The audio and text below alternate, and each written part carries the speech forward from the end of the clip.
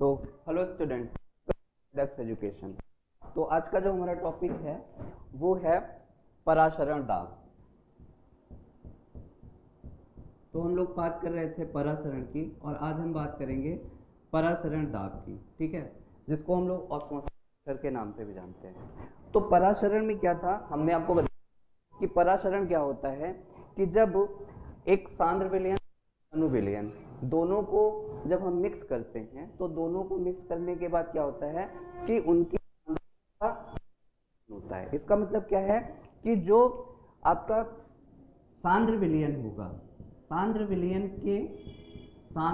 के कण जो हैं वो तनु विलयन की तरफ प्रवाहित होते हैं, ठीक है। तो सांद्र विलयन के कण तनु विलयन की तरफ प्रवाहित होंगे और ऐसी स्थिति में दोनों क्या होते हैं, ये तब तक प्रवाहित होते रहते हैं, ये अर्ध झिल्ली को तब तक प्रवाहित पार करते रहते हैं जब तक कि साम्यावस्था नहीं आ जाती, ठीक है। और साम्यावस्था कहाँ आती है, तो साम्यावस्था आती है किसमें, सांद्रता में। तो सांद्रता में साम्यावस्था आ गई।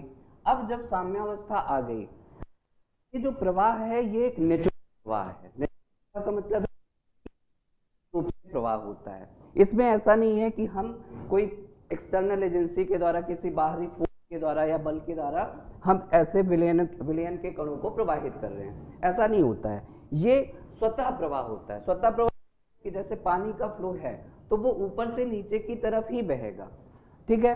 तो ये उसका प्राकृतिक प्रवाह है। तो इसी प्रकार से जब सांद्र विलयन और तनु विलयन को अर्धपारगम झिल्ली के मध्य में रखा जाता है तो सांद्र विलयन से कण तनु विलयन की तरफ प्रवाहित हो जाते हैं, ठीक है। अब हमारा जो ये प्रोसेस है, मतलब विलयन के कणों का अर्धपारगम झिल्ली को पार करके दूसरी तरफ जाना, ये क्या कहलाता है, परासरण कहलाता है, ऑस्मोसिस कहलाता है। और जब हम उस प्रवाह को रोकने के लिए एक बल लगाएंगे, ठीक है, और वो बल क्या होगा, वो दाब के रूप में होगा। दाब भी एक तरीके का क्या है, बल है। तो उस प्रवाह को रोकने के लिए जो हम बल लगाते हैं उसे हम क्या बोलते हैं, परासरण दाब। अब आइए थोड़ा सा इसको डायग्राम से समझते हैं कि हम जो चीजें बोल रहे हैं उसको कैसे हम रिप्रेजेंट कर सकते हैं डायग्राम के रूप में, ठीक है। तो डायग्राम आप बनाइए। तो अगर आपका ये कोई कंटेनर है जिसमें आपने अर्धपारगम में झिल्ली लगा करके विलयन ए और विलयन बी को रखा है, ठीक है, तो इसमें क्या होगा कि विलयन ए के कण विलयन बी की तरफ और विलयन बी के कण ए की तरफ क्या करेंगे, प्रवाहित होंगे, ठीक है। ये क्या है आपका अर्धपारगम, ये है अर्धपारगम झिल्ली और ये है आपका विलयन बी, ठीक है।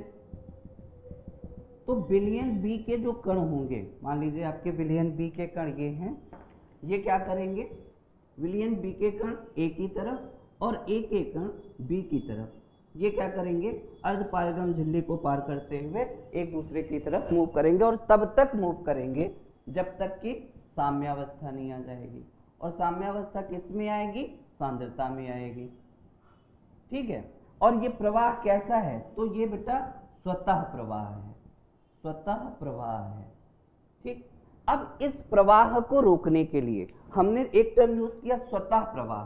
स्वतः प्रवाह का मतलब क्या है कि प्राकृतिक रूप से करते हैं, प्राकृतिक रूप से इनका प्रवाह होता है।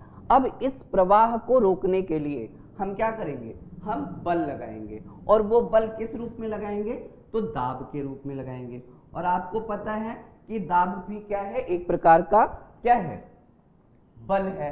और जब ये लगेगा, ये बल लगेगा इनके प्रवाह को रोकने के लिए, ये जो बल लगेगा वो क्या कहलाएगा, परासरण दाब कहलाएगा, ठीक है। तो परासरण दाब क्या है कि परासरण को रोकने के लिए, और परासरण क्या है, परासरण है विलयन के कणों का अर्धपारगम झिल्ली को पार करना, ठीक है। तो विलयन के कणों को अर्धपारगम झिल्ली से को पार करने से रोकने के लिए जो बल लगाते हैं वो क्या होगा, परासरण दाब होगा, ठीक है। तो ये हमारा छोटा सा टॉपिक था परासरण दाब, ये यहाँ पे खत्म होता है। आई होप कि आपको परासरण और परासरण दाब दोनों ही समझ में आया होगा। अगली क्लास में हम ये पढ़ेंगे कि परासरण दाब के आधार पर विलयन कितने प्रकार के होते हैं। ठीक है, तो मिलते हैं अपनी अगली क्लास में। Thank you very much.